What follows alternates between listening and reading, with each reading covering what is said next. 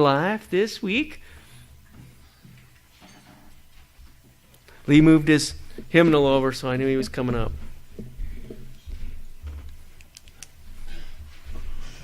I'm going to need prayers to get through next month if I have to wait till the end of the month for that potluck. Oh, it's like Greg. It's got giving up stuff is like that. It's hard, isn't it, brother? Chad.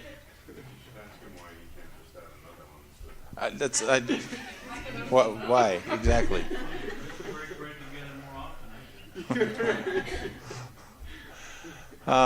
There's just a lot going on in the world, and I saw a phrase that just really struck me, and that is, if you don't stand for something, you'll fall for anything.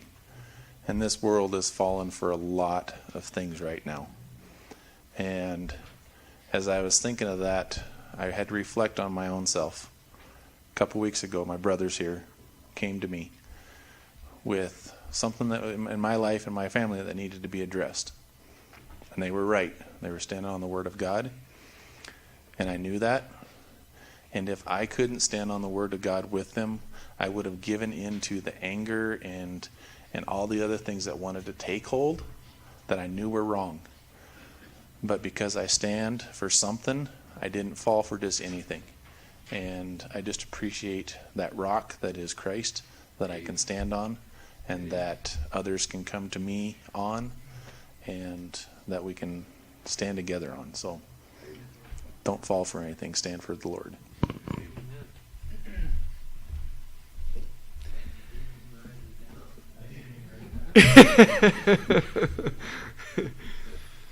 Anybody else want to come and share a testimony? Come on. We want you to come up and share if the Lord's putting something on your heart.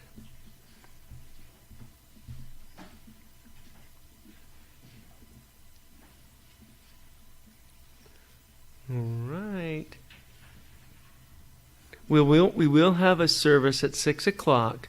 So if you come back for that and you want to share then, you can share a little bit then. So one more time, anybody? We got him. We got him. Yeah. Here comes Harlan.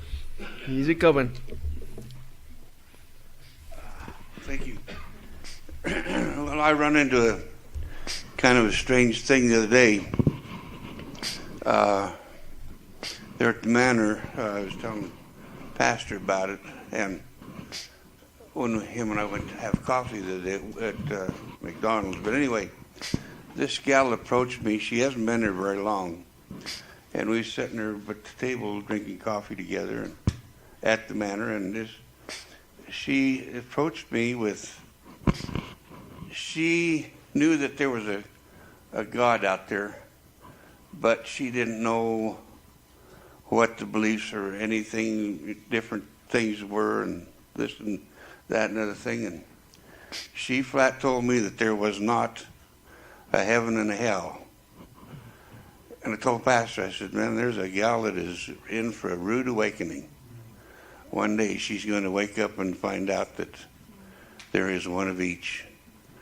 And I'm going to try to get to her, but I don't know, the way it looks right now, it's going to be a hard road to hoe. But I'm going to do my best to get to her and see what I can say, or maybe change her mind or something. But I'm going to try it. I don't know how I'm going to make out. I might wind up with the casket or something, but I still got to try to win her over. So that's what I have to do. So that's my plan right now. And then there's another gal that just started over at the manor, and I'm going to kind of work on her a little bit, see if she's coming to church, and if she's not, I'd like to invite her here. So I guess I've said my part for the day. Yeah, names, brother, first names that you can give us? The one that doesn't believe in heaven and hell, she don't want me to reel her name out. So, and this other gal, what'd she say her name was? Do you remember that new cook we've got? Right, but as long as that, my memory is about as long as that Stan. I'll have to get the name, but I can get it. We can refer to him as Harlan's and Carl's friend. Yeah, right. Okay. And that's okay to do that because we're praying for Bob number 9. Right? Bob number 9. So, Greg, come on up, brother. Since Anna and I were gone last week and you prayed for us, I probably ought to give you a report so that so many people don't have to ask privately. First of all, I'm thankful that for my wife. She's more precious to me every day and means more to me every day. She supports me 100%. That's not something that I have earned or deserved. And then you talk about rude awakening. The analogy that I would use is that rude awakening it's similar to the rude awakening you get when you tell your wife that she can't turn the thermostat up. Come on, these are the jokes, folks. This is a tough crowd. So we went to Denver University Hospital. Monday morning at 9 a.m., we saw 2 brain surgeons, top-notch, world-class brain surgeons. The bottom line is I have a brain tumor. The surgeon said, he's speaking now, he said, if I had to choose to have a brain tumor, I would choose to have the kind of brain tumor you have, and I would choose to have it in the location yours is. It's right here, and it's outside the meningeal layers of the brain.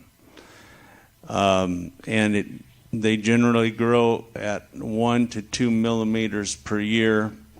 So by the time it gets large enough to become a problematic enough to be taken out, God willing, I'll be on Medicare. We should be thankful for the fine medical facilities we have in this country, but sometimes it requires mortgaging and second mortgaging the house. So anyway, that was good news. They just want to keep an eye on it with an MRI every year, and that's pretty much the bottom line. Interestingly, the 2 top-notch brain surgeons, one was from India, the other one was from Egypt. And it strikes me that as I look around at the young people in our crowd, we have room in America for white brain surgeons. So you young people get the urge to be a brain surgeon. There's a market for them. And so I'm going to tell you how you practice being a brain surgeon. This next hunting season, your dad will get an elk or a deer or an antelope, and maybe some of you are old enough to get one. When you get it home, you cut the head off, and then you take it into the kitchen, and you put the head on the counter, and then you take the hair clippers and you shave the head with the hair clippers, and be sure to put the hair into the garbage can after you're done. Then you take Dad's Sawzall and you cut a circle around the skull, and you lift that skull plate off, and there you'll see the brain.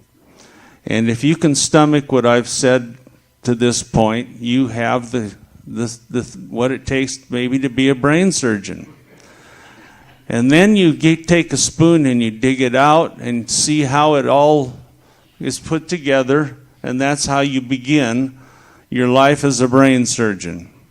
Now your mom is going to try to discourage you by scolding you for making such a mess in the kitchen, but take my word for it. It's for a good purpose. Remind her of that. We need good brain surgeons, and that's where it begins. Right, moms? So, the bottom line is, I thank God for my wife, for good medical care, for a safe trip, and then can come back and worship with our brothers and sisters here. Oh, and thank you for your prayers.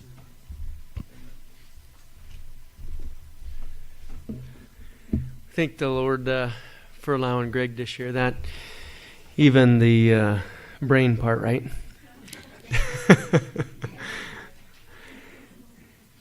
I think Caleb and I might have had a skull in a pot maybe in the kitchen one time.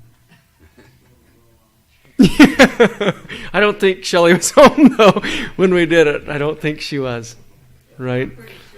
I'm pretty sure she wasn't. Anybody else want to share a testimony before we go on?